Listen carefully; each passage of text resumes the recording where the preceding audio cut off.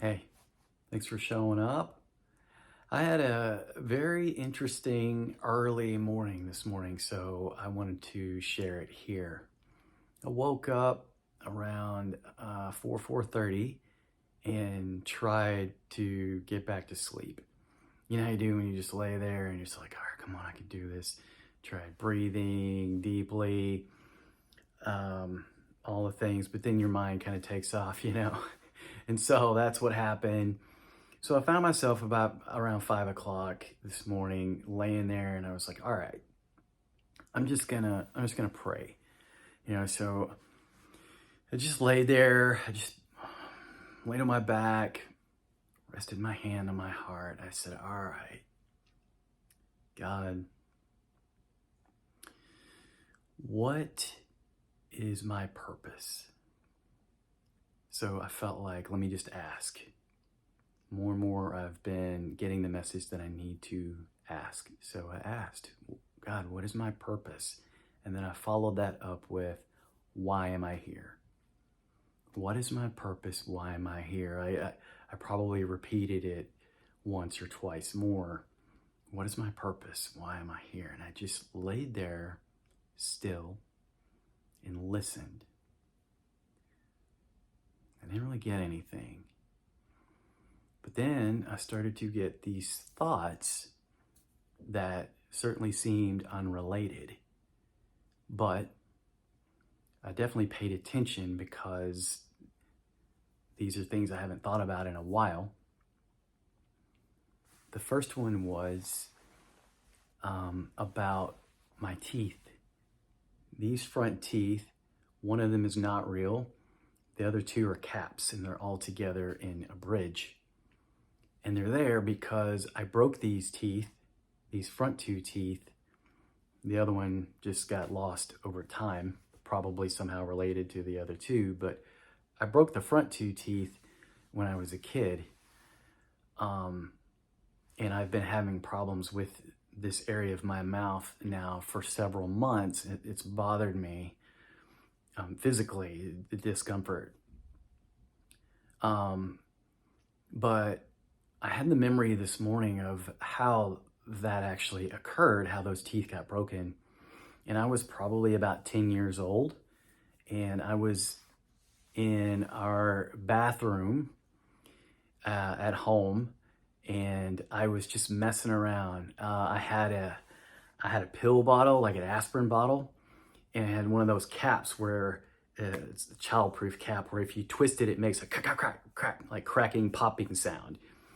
And I was just in there by myself being silly. I had the bottle behind my back and I was cracking it, making the cracking sound. And when I would bend over and make that cracking sound. So in my mind, it's like I was adding a sound effect to me bending over and my back was popping. My back was making this cracking, popping sound. So I was amusing myself with this pill bottle, bend over, crack, crack, crack. And so I did that a couple times. And then I really went for it. I was standing in front of the sink. I really went low on the next one. And I pitched forward, making the sound, and my face hit the countertop. And I landed like that. That's how I broke my two front teeth.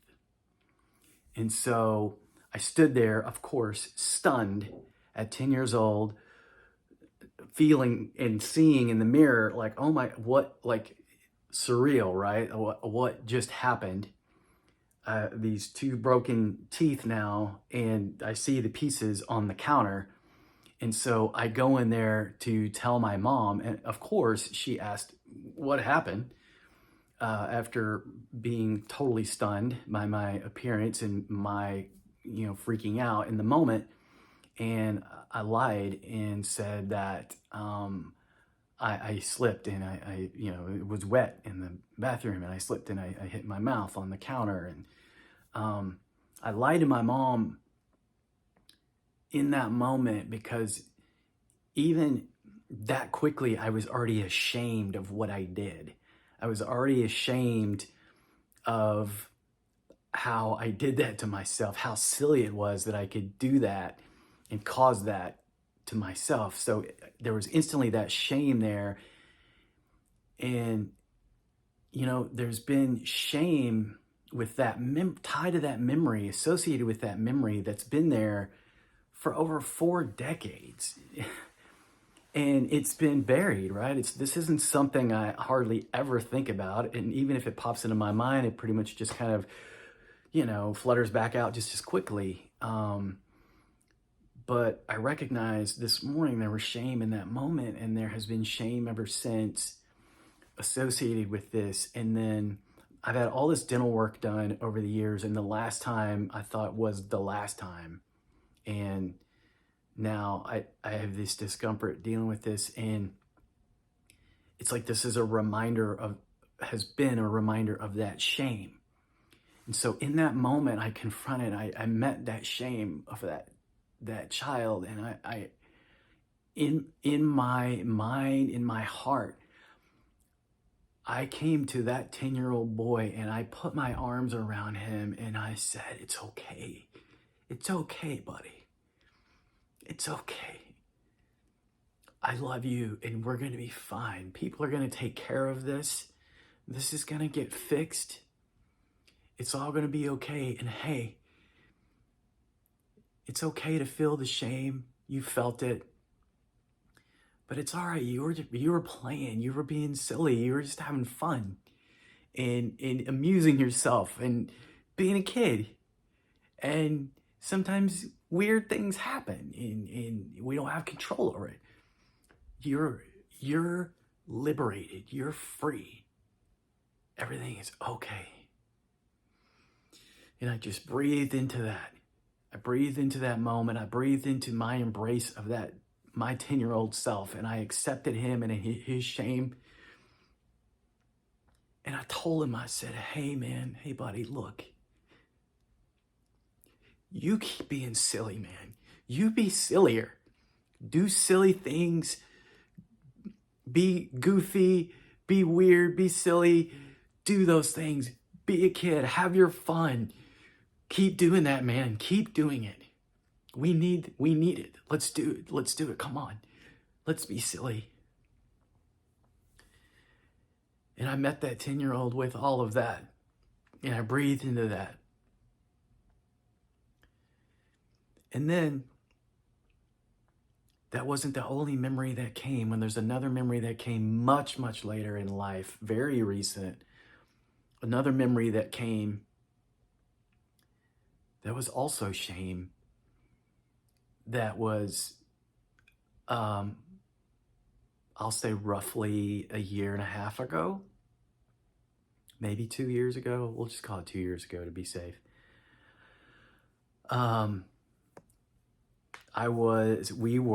Me and Michelle and Jackson were in Austin at an RV park. And we had been pulling the RV for thousands of miles. We were towing a fifth wheel, a big beast of a truck, towing a fifth wheel. We lived in an RV for over 2 years in this fifth wheel. So we were at this RV park in Austin and we were leaving and we had everything hooked up, ready to go, ready to hit the road. All right, here we go. So I'm driving because I always drove. I'm the one who drove towing the RV because this thing was massive. And so I go to pull forward in the truck. And as I pull forward, something just seems ever so slightly off. And then all of a sudden, the truck goes forward, but the RV stays behind and then drops onto the truck bed. And I stop and slam it into park and I run out. And the front of the RV has slammed down onto the bed of the truck and is sitting there pulling the truck down with all of this massive weight of the front of the fifth wheel. And I freak out and I yell, "What did you do? What did you do?" And Michelle had gotten out and ran to the other side, and she was looking and she said, I didn't do anything. And I said, not you. I was talking to me. I was talking to myself. I was yelling at myself in exasperation in that moment. What did you do? And I freaked out. Michelle would tell me later that she had never seen me lose it like I did in that moment. Oh my God, what do I do? What do I do? What do I do? And I just was so, I couldn't control what was happening to me. I was so extremely flustered and freaked out in that moment, because here it is. I don't see a way to get it off of the truck, and the pin of the fifth wheel punched into the bed. So it didn't just drop on it, it punched down into the bed of the truck. And so eventually I collected myself enough after a while to figure out how to get the RV up. Miraculously, I found a way to get it up by myself with the raising mechanism, and just it was a whole ordeal. Getting it up off the truck just enough where I could set blocks under it and set it, and then we could start over. What had happened was, when I put the pin that hangs down from the fifth wheel, it slides into a pin box that's on the truck. It goes and slides into the pin box and clamps in, and then you lock it. Well, I had put it in, but the clamping mechanism hadn't been closed and locked. It was open. So when I pulled the truck forward, the RV stayed and dropped. So we made it home. Both had some damage. There's remarkably little damage to the truck, other than a hole punched in the deck, the bed of the truck, that's still there to this day. It's like this reminder of like, hey, remember me? And then some damage on the RV, but we ended up selling the RV with this superficial damage on it anyway. But all of that to give you sort of the circumstances of what happened surrounding that instance of abject instant shame that hit me so hard that I was just blindsided by the moment and the shame that hit me.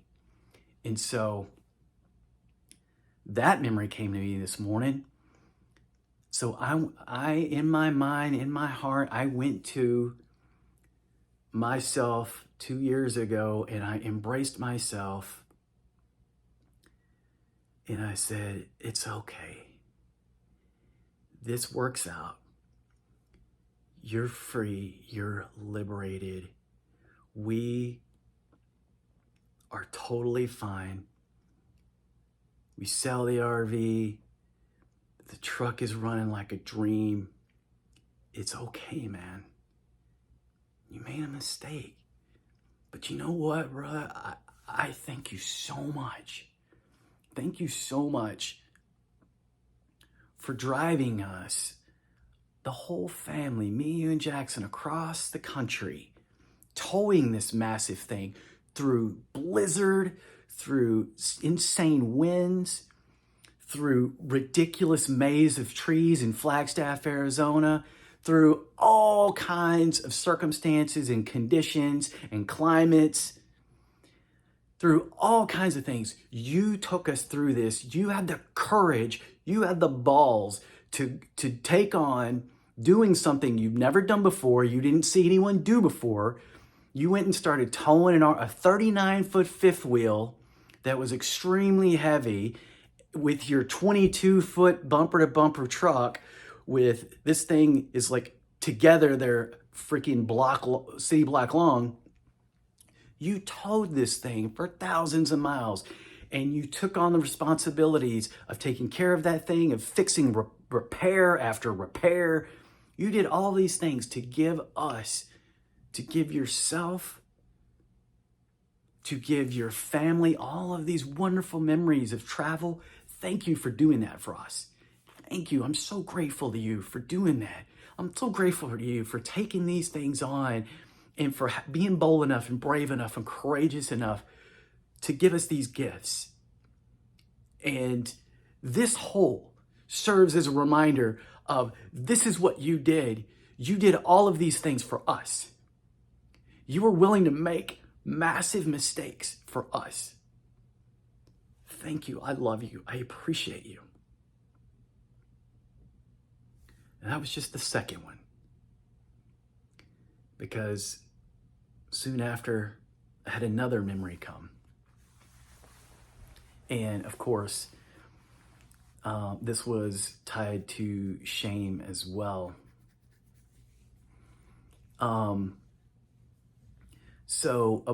Again, roughly about 2 years ago, boy, 2023 was something else. Actually, 2022 was really, really hairy. But it's just that these memories are fairly close together. Roughly 2 to 3 years ago, we'll call this one 2 years ago as well. 2 years ago, me. Memories of me 2 years ago losing a ton of money. I'm tens of thousands of dollars lost because of me, mistakes I made in crypto. Different ways. Different things happened. There were different ways. There were scams. There was, investing in certain things that completely tanked. It just, to where there was no hope for recovery. Lost a ton of money that, at least through that realm, there's no way to get it back. And all the shame, so much shame that I dealt with and have dealt with, particularly then when it happened, and since, so much shame of why would I do that? Why did that happen? Why did I make those choices? Why did I make terrible choices? Why did I do that? And I met 2 years ago me in that space, and I hugged him and I said, it's okay. We are taken care of. We're sourced. It's all right. You were trying to do the best that you could for your family. You were doing what you could to boost our income, to get us in a better place financially. You were trying things that other people wouldn't try, and they fell apart. It's okay. You were looking out for us. You were looking out for ourselves. You were looking out for our family. You were doing what you could to try to make things happen. And now the reality is you're liberated. You're free. You don't have to be the source. You're not the source, the provider. It's okay. It's taken care of. We're taken care of. We're great. Thank you for trying to do everything you could to see to it that we were taken care of. I appreciate you. I thank you. I love you so much. I just feel, I take a breathe into your shame that you feel. And of course you feel it. It's everything you've been through when it comes to money, when it comes to identity, when it comes to the compulsion to provide. Thank you. Thank you so much for being who you are in that moment, in these moments. Thank you for looking out for us. And that wasn't it, but those three were the main ones. I had at least a couple of more come in after that, but they were quick. There was one that was a reminder of how I had a flat tire and I stopped, and I was so lost in thoughts and out of my mind somehow with something, probably stress about money or something in my life, that I was in my like early 30s and stopped to change a tire and was putting the freaking donut on the wrong way before my buddy stopped and saved me and put it on the right way. Just crazy. Just like, what was I doing? Like, but immediately it was like, it's all right, man. You were completely gone in your thoughts, and you were doing something, that of course it doesn't make sense. It doesn't make sense because you weren't in your sense, man. You were lost in all these other things. And then I had one more. This was roughly a couple of years ago too. Whew, what a year. Where the truck that I drive and drove in is diesel, and I stopped early in the morning to put diesel exhaust fluid in it, DEF. And instead of pouring the DEF in the reservoir where it's supposed to go, I poured DEF, diesel exhaust fluid, into the actual diesel tank. Never do that, ever, under any circumstance. Even if they have a gun to your head, don't do it. Very, very bad thing. I did that, and the truck was in the shop for a week, and it cost a massive ton of money to get it fixed. Somehow, miraculously, our auto insurance paid for it. So I was only out the deductible. So that was a quick, easy to get over too, because that resolved really beautifully.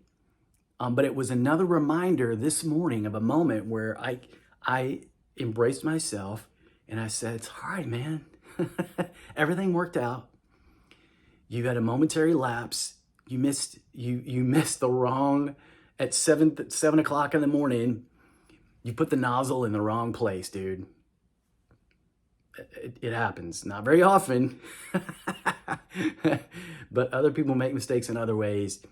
This was a costly one that was taken care of for you beautifully. And how about that? How about how it was taken care of so remarkably well with very little friction involved? So I had all of those things come to me this early in the morning. And then afterward, I laid there and said, all right, I'm going to integrate this. So I just laid there and I just allowed whatever showed up to be there, and just allow my body to be still, and allow whatever was processing, whatever's happening inside of me and my mind and my body, my soul, to just continue to happen. And then later I told Michelle about it this morning, because this is powerful. This is,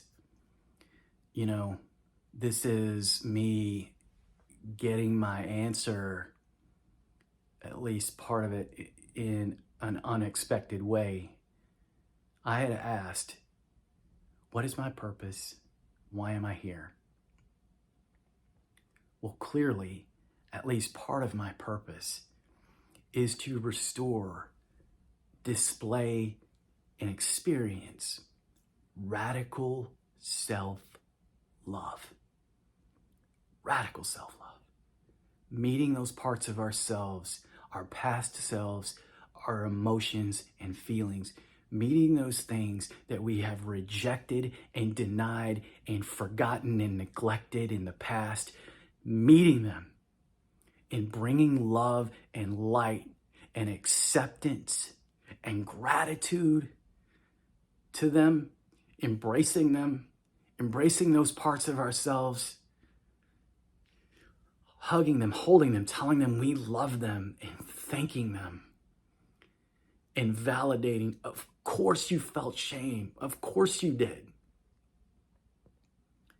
So through all of this, it's more of a reminder that there are have been some things in me that have felt very shameful. I have dealt with a ton of shame in my past, and there's still some things that are being processed. There's some things I'm working through in regards to shame, that there's has been a message inside of me in the past that said, you are flawed.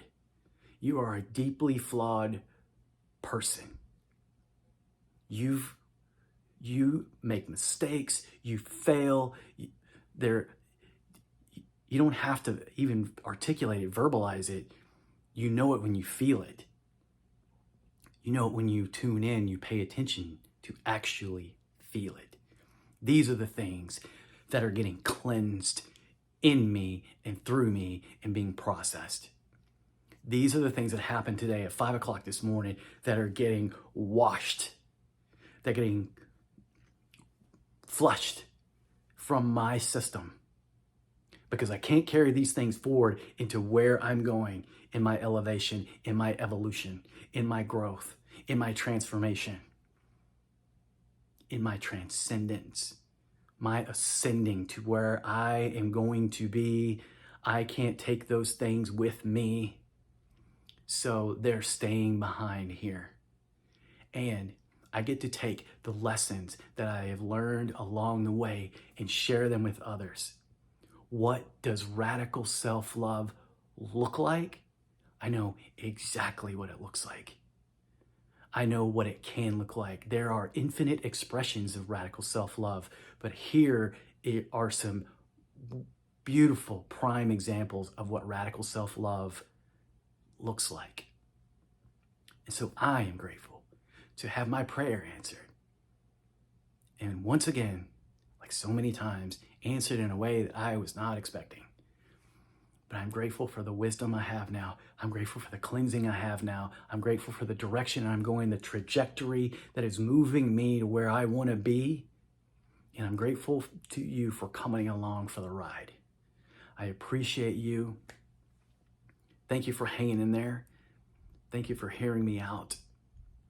And I hope you get to experience the depth, the majesty, the power, and the life of radical self-love. Thank you. Here we go. More radical self-love. Let's do it.